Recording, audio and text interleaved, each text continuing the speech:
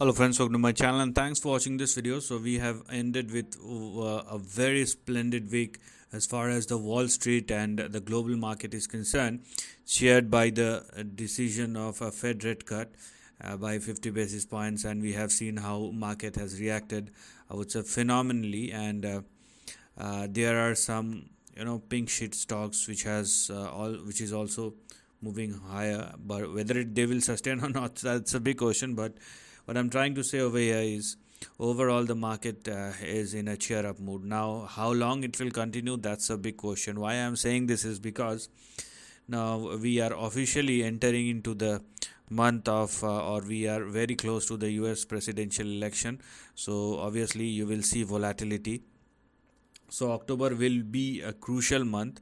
So apart from only focusing on the upcoming week, so if you broaden your horizon for the next couple of weeks, so obviously things will started turning volatile because of the heavy news flow which we're gonna look at as far as the elections and different sectors, different stocks which are impacted by big news.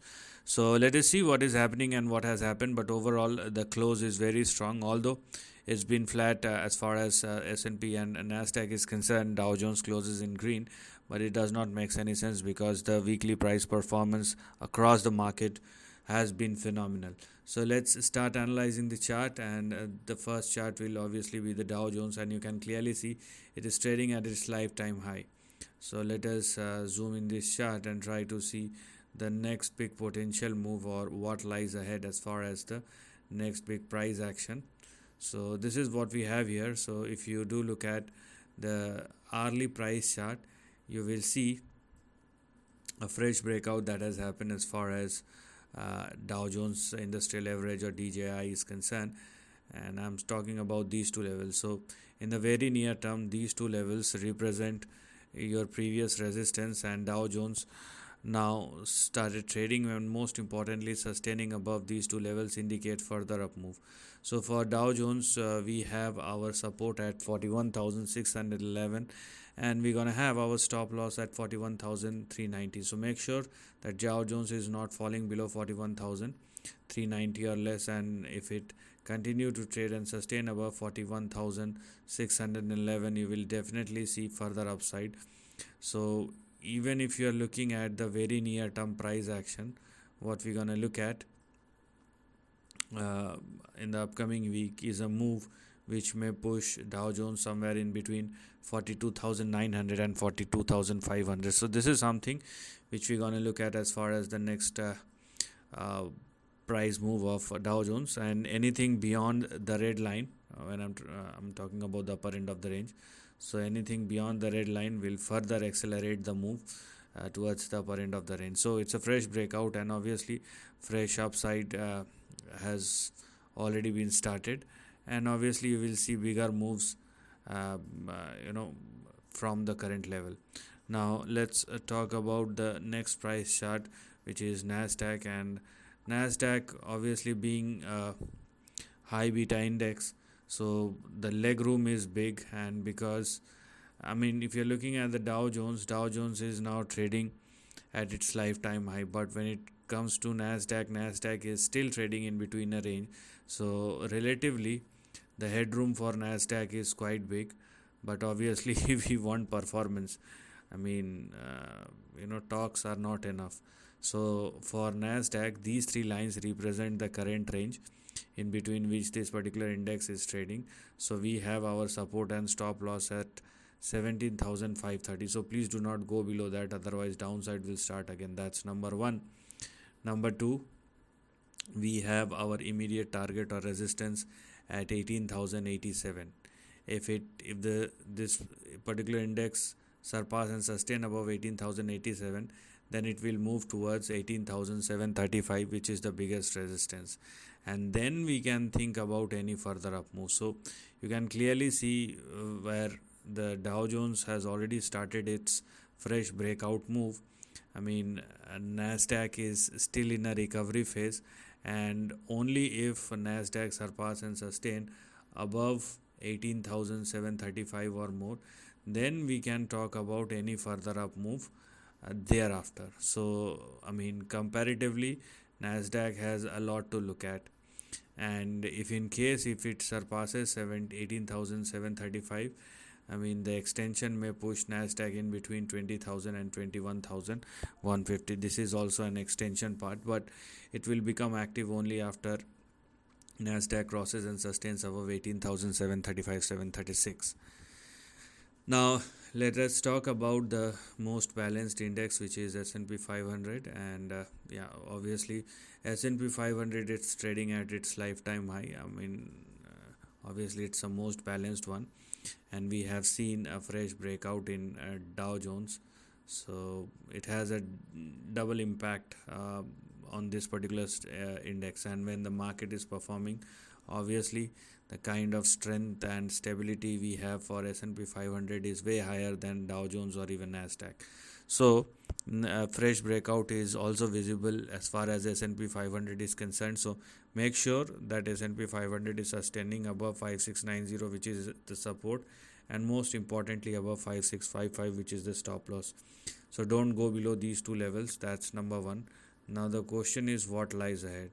So because S&P 500 is trading comfortably above the breakout level, and if this breakout continues, then the range which has now become active may push S&P 500 somewhere in between 6,100 and 6,300.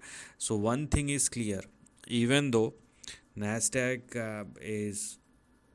I mean, is lagging as far as S&P or Dow Jones is concerned, but you can clearly see strength across the board. Maybe somewhere a little momentum, somewhere a big momentum.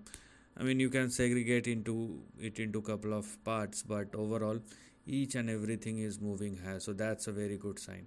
Now let us talk about the most important indicator, which is the dollar index, and it's been falling down. Right now it is consolidating. You can clearly see that the consolidation is going on, but this consolidation is weak, I would say. Why I am saying this is because if there has enough leg or enough strength, Dow Jones, or beg your pardon, dollar index must swing higher, or it must have swing. I mean, before we are saying something, but rather it is consolidating after a very big move. So consolidation does not represent a sign of strength.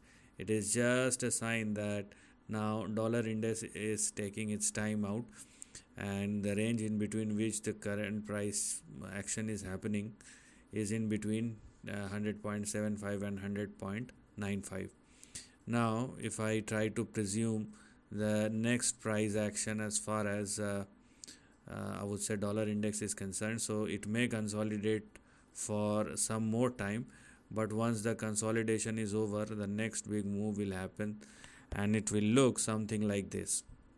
So what does it means is it may consolidate I mean, for the next couple of weeks, and then you will see a slide which may push the dollar index probably towards 96, 97. So another leg is coming. So if you are expecting an upside, if you're somebody who is expecting an upside in dollar index, then in that case it must move like this, okay, with a very strong momentum and price action. Otherwise, if it continue to move the way it is right now, which is in between this range up and down, if it continues to move like this, then eventually it will fall down. Okay, so this is what I'm talking about as far as the big price action is concerned, and that is what you need to look at as far as the big trend or big swing is concerned.